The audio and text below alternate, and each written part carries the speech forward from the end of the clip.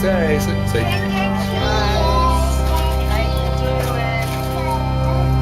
What do you say, Carolina? What do you say?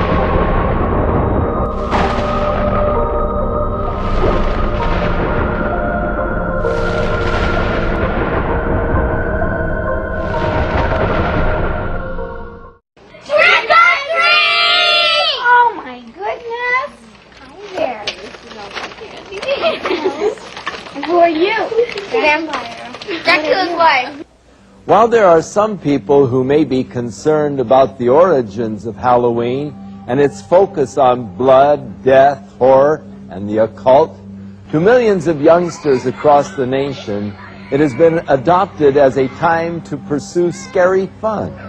It is an opportunity to dress up in ghoulish or fanciful costumes, to engage in the fantasy of being a witch or a vampire, ghost, or devil.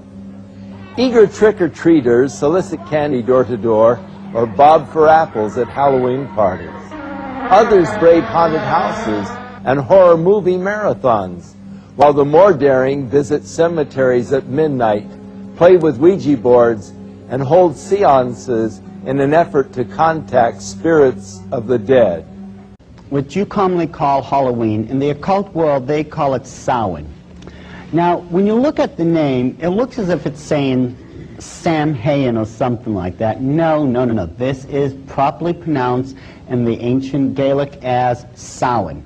Samhain, according to occult tradition, was the Lord of the Dead. Now, around 900 BC, a very fierce nomadic people came into the areas of what used to be known as Gaul, Saxony, Brittany. We know it now as the British Isle, and of course it eventually went through Scotland, Ireland, and the rest of the surrounding areas. These people were known as the Celts. Now the Celtic people, they were so fierce and so barbaric that twice they held off the famous Roman legion and extracted heavy tribute from Rome itself. They literally held all power from 900 BC to approximately 900 AD in that area. The Celtic Lord of the Dead, Samhain, is just another name, Samhain, for Nimrod. You study all the myths, all the occult myths of Samhain. He is also a stag god.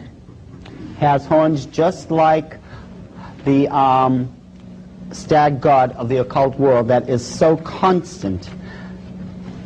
But this particular time of the year, October 29th through the 31st, those 3 days constitute what's known as Samhain. Everyone thinks Halloween is just a one-night thing, October 31st, but it is not. See, in the occult world, this is a 3-day fire festival. It lasts from the 29th through the 31st. During the time when the Druid Priest held power in Great Britain, now the Druids held all power. You couldn't get married without their permission. You couldn't hold any type of official title in the clan without their permission. You couldn't even attend any of their religious ceremonies without their permission. They literally held power over all life and death, and you're really going to find out how in this example. During the nights of Samhain, the Druids would gather at these giant megalithic stone circles.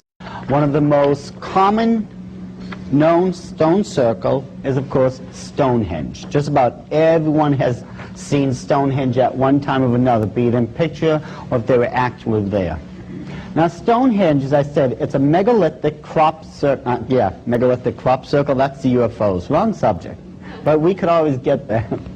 This is a megalithic stone circle. It served three specific functions. First of all, it was a temple complex. Second of all, it served as an astrological observatory. Third, it served as a place of human sacrifice. Archaeologists have already unearthed, underneath Stonehenge, over 4,000 human skeletal remains. And that's just Stonehenge. There are hundreds of these throughout the British Isles. This one, believe it or not, is small compared to some of the others. The one in Avebury is over a mile in circumference. This is just a small one. And there's over 4,000 dead human sacrifices underneath it. You multiply that by X amount of hundreds of these stone circles, and I think you'll understand what the Druids were all about and why they were so greatly feared by the common folk. During the time of Samhain, the Druids, in this example, they would meet at Stonehenge. They had a giant cauldron, a black pot, that they would fill with what you would best understand as an apple cider-like substance. They would light the pot, and then all the Druid priests would go out throughout the countryside. They would go to various mansions, to castles, to people of nobility such as the earls, marquises, dukes, what have you. They would walk up to the front door of these places, and you want to know what they would yell out? Trick or treat, exactly. Now see, trick or treat is a two-part expression that literally sent waves and waves and waves of panic throughout the people who ever heard it. You see, if the Lord of the Manor cooperated with the Druids, he would take one of his own servants or one of his own household members, someone of his own family, and pass them over to the Druids to be used as a human sacrifice offering that night. The Druids would leave you a treat for your cooperation. They would take a pumpkin that was previously hollowed out and filled with human fat. They would leave it on the front doorstep and light it. This served as a water protection from all the demonic forces that would be unleashed that night. Now this is where we get into the trick. If you did not cooperate with the Druids, they would take blood from a dead body that they had actually been dragging around and paint the six-pointed star with the circle around it. This is known as a hexagram, from the Latin hexer for six. This is the foulest, the most evil of all the symbols in the occult world. I don't care what anyone else tells you. You need that symbol if you're going to summon a demon to this plane of existence. The Druids would paint that in human blood on the people's front door. Someone would die between those nights because of the demonic forces that were summoned. 4 or 5 hours later, the Druids would all return, in this example, as I stated, back to Stonehenge. Once they got back to Stonehenge, they would take these people and put them in these cages.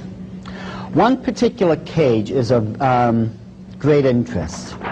They would take those wicker reeds. Remember how we had talked about those before, how the Easter egg landed in wicker? And it's a very, very durable material.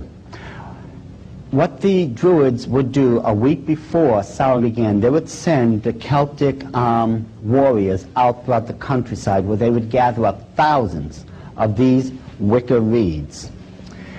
Once they brought them back, they formed a giant Wicker Man.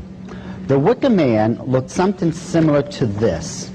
It stood approximately 25 to 30 feet in height and was just intercrossing Wicker Reed to where it formed the effigy of a human man.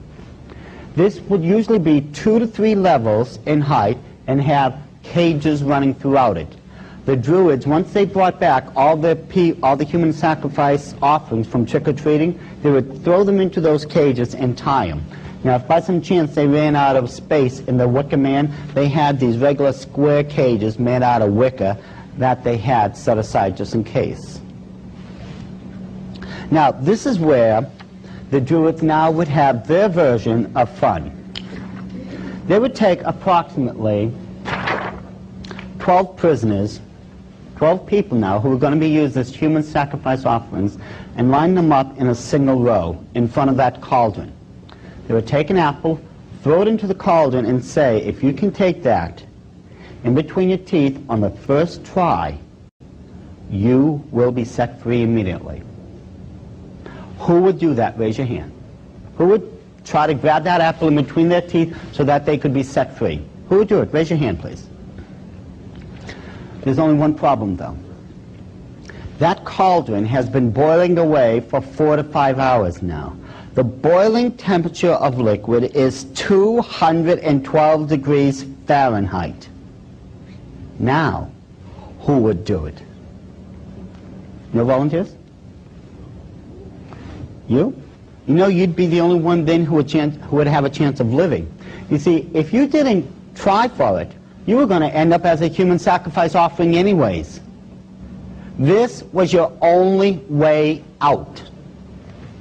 Every single person there did take the chance, except with dire consequences, let's face it.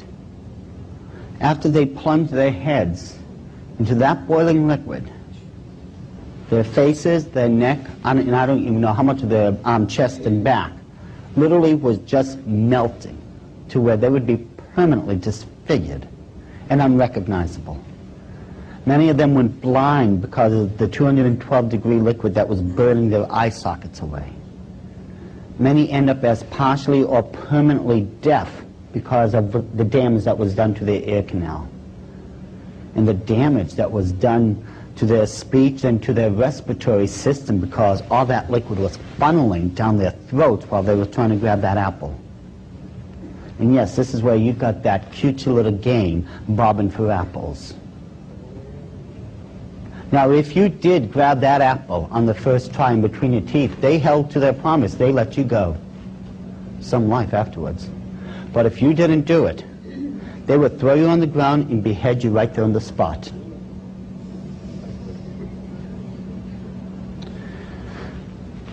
Samhain is the highest night of human sacrifice on the Illuminati's calendar. And the reason it is because this is, at this time of the year, what's known as a crossroad. It ends the old year and begins the new one. Now, all crossroads in the occult are sacred. Another example would be where the beach begins and where the beach ends and the ocean begins. That's a crossroad. That's considered a sacred spot. All crossroads are sacred. Now, during this time of the year, it is believed that those souls that had died from who knows how long ago, because the veil that's separating the third and fourth dimension are supposed to be at their thinnest, those departed souls can cross over and visit their loved ones for the night. But nothing guaranteed that these spirits would be benevolent. In order to keep these spirits in line, the Druids came up with these hideous masks and decorated their robes with all types of occult symbols to control these demonic spirits, if you would. And you know, this is where you get your costumes for trick-or-treating from. Let's face it, it comes straight with the mask and the outfit to this very day.